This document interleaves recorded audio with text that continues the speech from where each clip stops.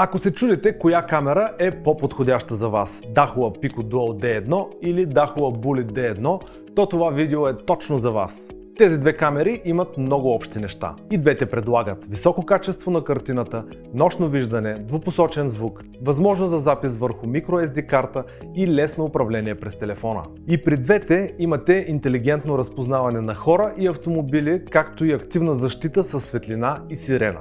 Тоест и двете не просто наблюдават, а могат да реагират на живо. Разликата идва в това как гледат и как покриват пространството. Pico Dual D1 е камера с два обектива.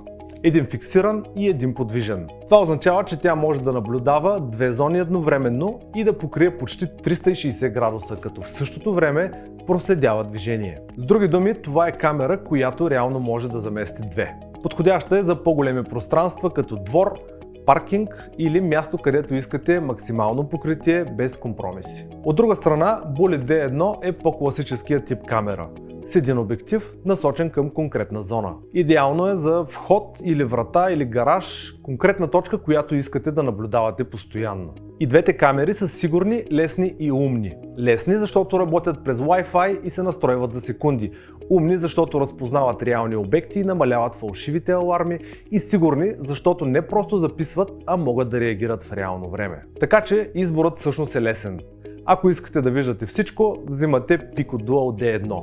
Ако искате да защитите конкретна точка, Bullet D1. И двата модела може да закупите както от физическите магазини на партньорите ни в страната, така и от техните онлайн магазини.